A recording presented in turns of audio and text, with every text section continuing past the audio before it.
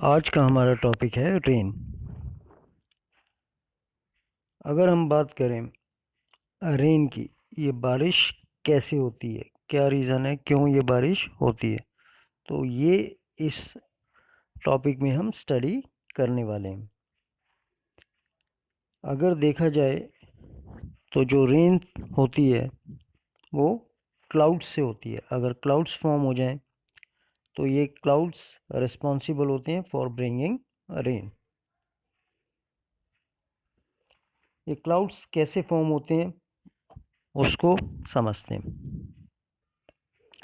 जब sun rays अर्थ के ऊपर गिरती है और अर्थ पे जितनी भी वाटर बॉडीज़ हैं वो इससे हीट होती हैं, तो हीट होने के बाद ये वाटर इवेपोरेट करता है और एयर में चला जाता है इन वाटर वेपर फॉर्म। कुछ अमाउंट जो वाटर वेपर का है वो एटमॉस्फेयर में जाता है दूसरी बायोलॉजिकल एक्टिविटीज़ की वजह से भी। तो दो रीज़न हो गए जिससे वाटर वेपर फॉर्म हो रहा है। पहला रीज़न है सन रेज जो वाटर बॉडीज़ के ऊपर गिर रही है और गिरने के बाद उसको कन्वर्ट कर रही है इन वेपर फॉर्म। प्लस दूसरा हो गया जो बायोलॉजिकल एक्टिविटीज़ हैं, अलग अलग जो बायोलॉजिकल एक्टिविटीज़ हैं उसकी वजह से वाटर वेपर एटमॉस्फेयर में जाता है। जब सनरेज अर्थ के ऊपर गिरती हैं तो अर्थ के ऊपर जो हॉट एयर होती है, गर्म जो हवा हो जाती है, वो ऊपर की तरफ जाने लगती है। जब वो ऊपर की तरफ जाने लगती है तो अपने साथ जो वाटर वेपर फॉर्म होते हैं उसको भी लेके ऊपर चली जाती है। जैसे हवा जैसे जैसे ऊपर जाती है वैसे वैसे वो एक्सपेंड करती है और ठंडी होने लगती है। इस ठंडे होने की वजह से, इस कूलिंग की वजह से जो वाटर वेपर है वो हवा में कंडेंस हो जाता है और कंडेंस होने के बाद छोटी छोटी वाटर की ड्रॉपलेट्स बना देता है। ये जो वाटर ड्रॉपलेट्स हैं इनको एक साथ कंबाइन करने के लिए एक न्यूक्लियस की ज़रूरत है। तो जो एटमॉस्फेयर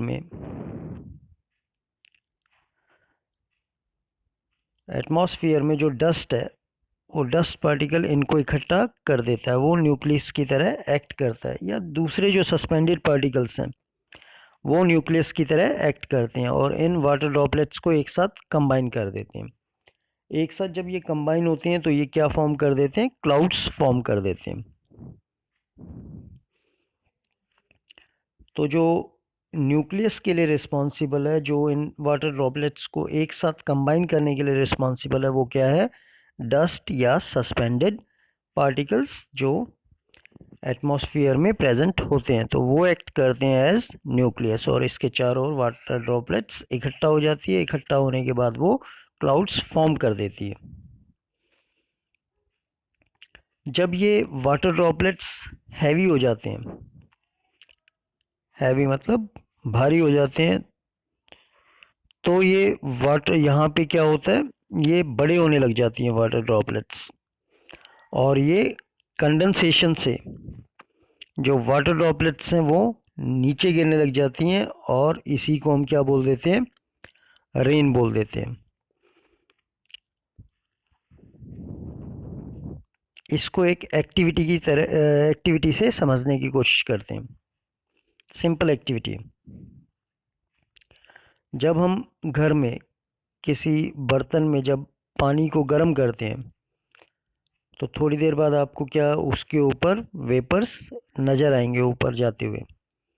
अगर हम इसके ऊपर एक थाली ढक दें, इसको थाली से कवर कर दें, तो जो ये वाटर वेपर हैं ये ऊपर जाएंगे और स्ट्राइक करेंगे थाली के ऊपर और कंडेंसेशन से वो कन्वर्ट हो जाएंगे वाटर ड्रॉपलेट्स में।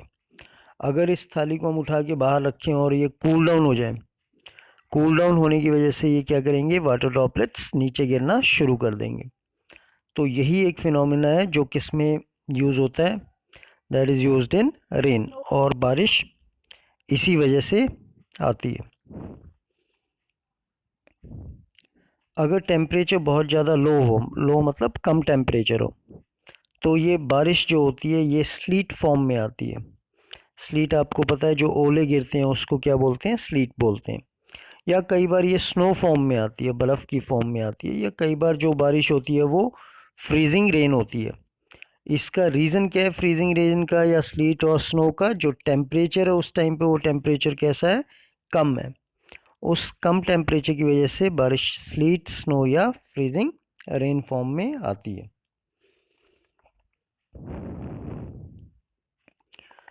अगर हम बात करें रेनफॉल पैटर्न्स के बारे में, ये जो रेनफॉल पैटर्न्स होते हैं कि कहाँ पे बारिश होनी है, कहाँ पे नहीं होनी, कहाँ पे कम हो रही है, कहाँ पे ज़्यादा हो रही है, ये जो पैटर्न्स हैं, ये सारे पैटर्न्स डिपेंड करते हैं विंड के पैटर्न पे।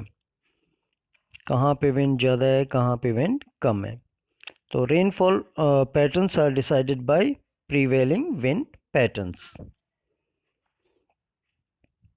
अगर हम इंडिया के लार्ज पार्ट पे देखें तो जो बारिश होती है वो मोस्टली ज़्यादातर किस वजह से होती है? या तो वो नॉर्थ ईस्ट मानसून की वजह से होती है या फिर साउथ वेस्ट मानसून की वजह से होती है।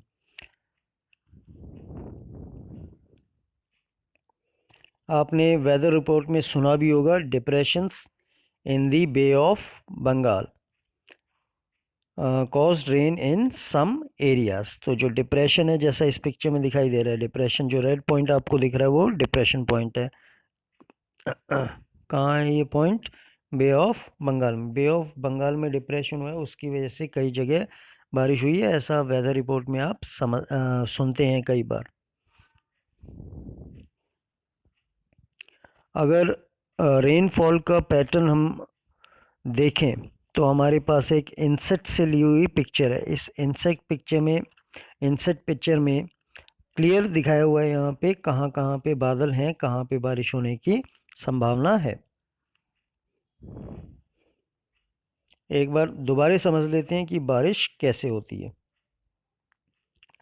सनरेज जब वाटर बॉडीज़ पे, समुद्र है, रिवर है या फिर पॉन्ड है, कहीं पे भी जहाँ पे पानी है, वहाँ पे जब सनरेज गिरती हैं तो वो क्या करती हैं, पानी को गर्म कर देती हैं।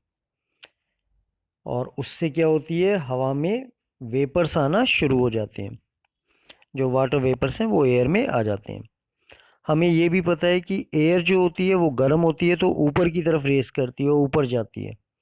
तो जब वो ऊपर जाएगी तो अपने साथ क्या लेके जाएगी, वो वाटर वेपर्स को ऊपर लेके जाएगी। जैसे जैसे एयर वाटर वेपर्स को ऊपर लेके जा रहा है तो ये वाटर वेपर एक्सपेंड करेंगे और कूल डाउन होंगे, ठंडे हो जाएंगे। ठंडे होने के बाद कंडेंसेशन प्रोसेस की वजह से ये वाटर ड्रॉपलेट में कन्वर्ट हो जाएंगे। ये वाटर ड्रॉपलेट एक साथ आ जाएं तो इसके लिए एयर में या एटमॉस्फेयर में डस्ट पार्टिकल या अदर पार्टिकल्स प्रेजेंट होते हैं। वो न्यूक्लियस की तरह एक्ट करेंगे और वो क्या करेंगे, वाटर ड्रॉपलेट को एक साथ कंबाइन कर देंगे और उससे क्या बनेगा, क्लाउड बनेगा।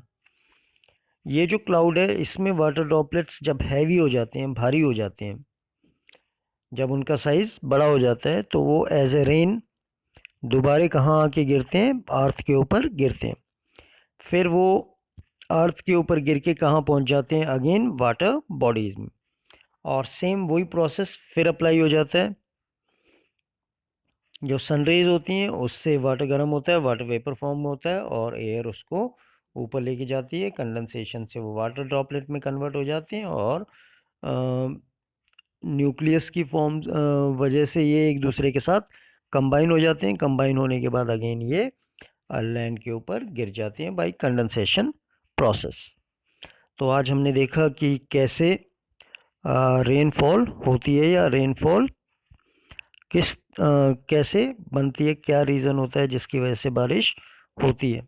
ये एक साइकिल है और ये साइकिल क्या करती है, अपने आप को रिपीट करती रहती है।